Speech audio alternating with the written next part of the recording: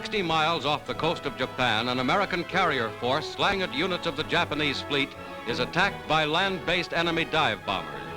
Here in the inland sea is the prelude of an epic of United States Navy warfare. Enemy losses are heavy. No serious damage has been done to our task force.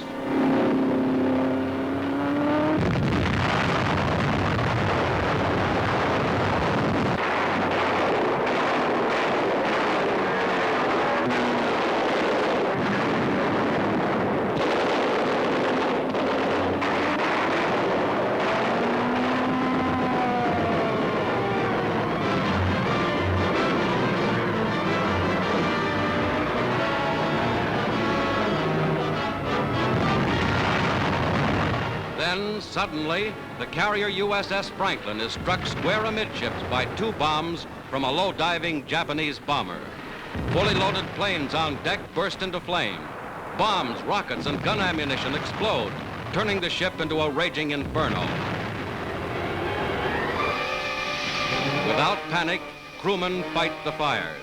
Only superhuman bravery can save the Franklin, but her men fight on.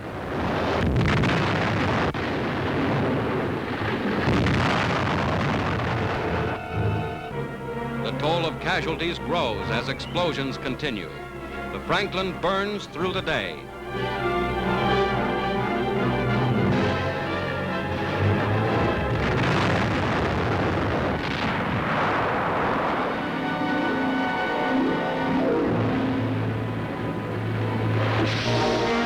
Chaplain Father Joseph O'Callahan, battling heroically to save lives, cares for a critically wounded sailor.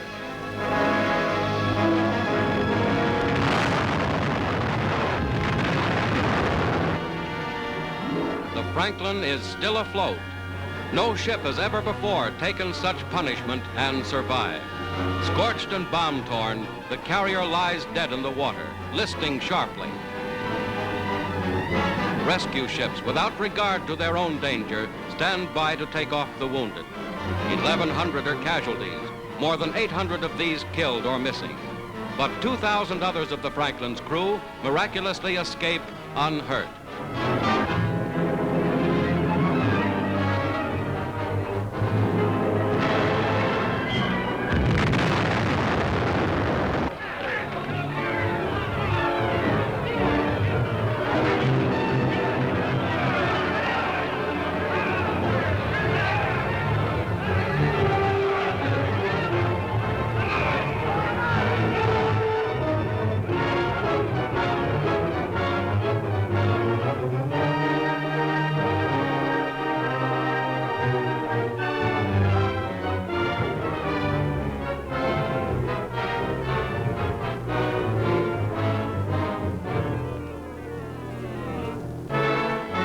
The battle-torn flag of the Franklin still flies, as under her own power again, she heads for a home port.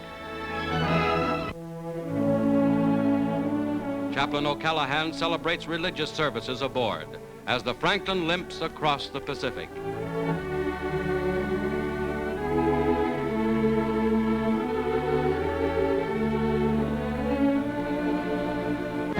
Entering the Panama Canal and the final stretch of her incredible 12,000-mile voyage, the Franklin's wounded receive combat decorations.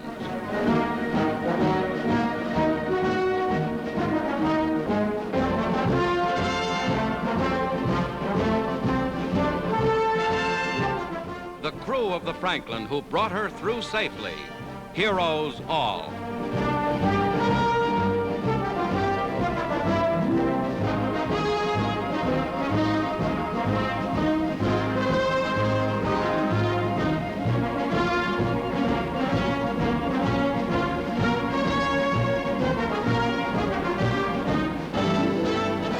The ship that the Japanese had announced that they had sunk is now home in New York for complete repairs. The Franklin's successful battle to survive now takes its place in naval history, and she will sail forth to battle once again.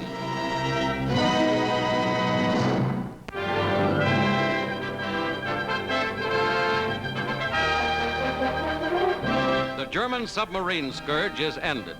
The United States Navy begins a cleanup job in American waters, where Nazi U-boats lurked until the very end of the war. Off Cape May, New Jersey, the U-858 surrenders. Navy escort vessels pull alongside.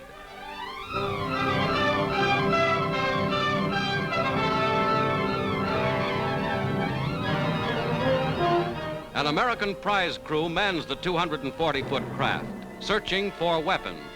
These Germans boasted they had sunk 16 Allied ships.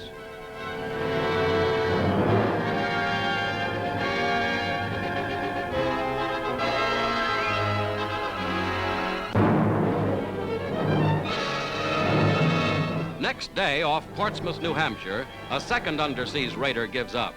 This U-boat was credited with a speed of 20 knots, a cruising range of 10,000 miles.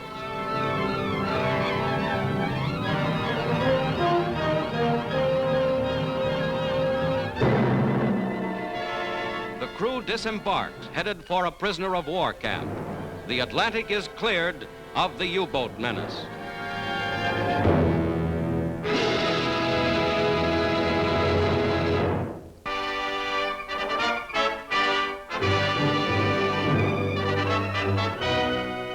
Allied officers inside the shattered city of Berlin, metropolis of a Nazi empire that once held sway over almost all of Europe.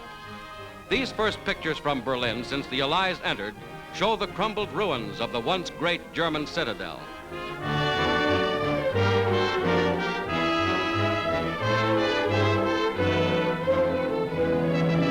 Hitler's Reichschancellery was the nerve center of the infamous Nazi regime.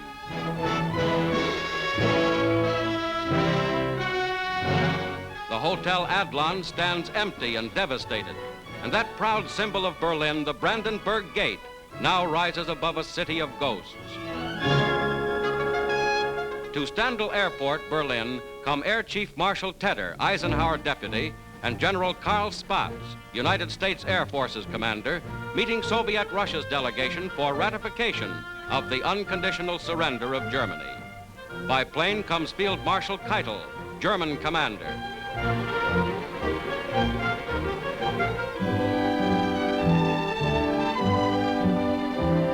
A German army school building is the scene of the formal ratification, confirming the previous unconditional surrender at Reims, France.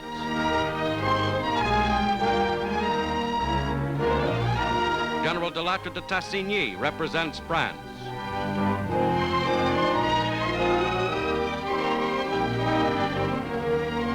Marshal Ivan Zhukov, conqueror of Berlin, second in command to Marshal Stalin, leads the Allied delegates to their places beneath the flags of the Allies.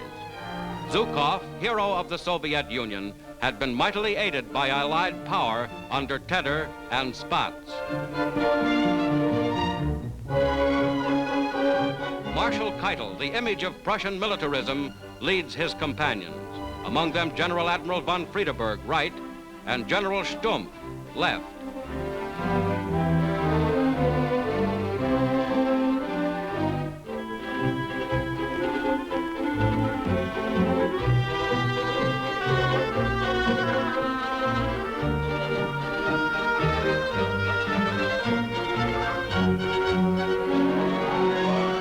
Keitel signs.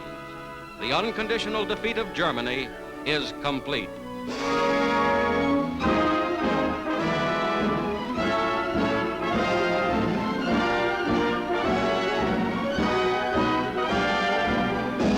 The Allied representatives signed. A war that was fought in unity among the Allied powers ends as well in unity. To each nation that helped smash Germany, a full share of honor in the glorious victory.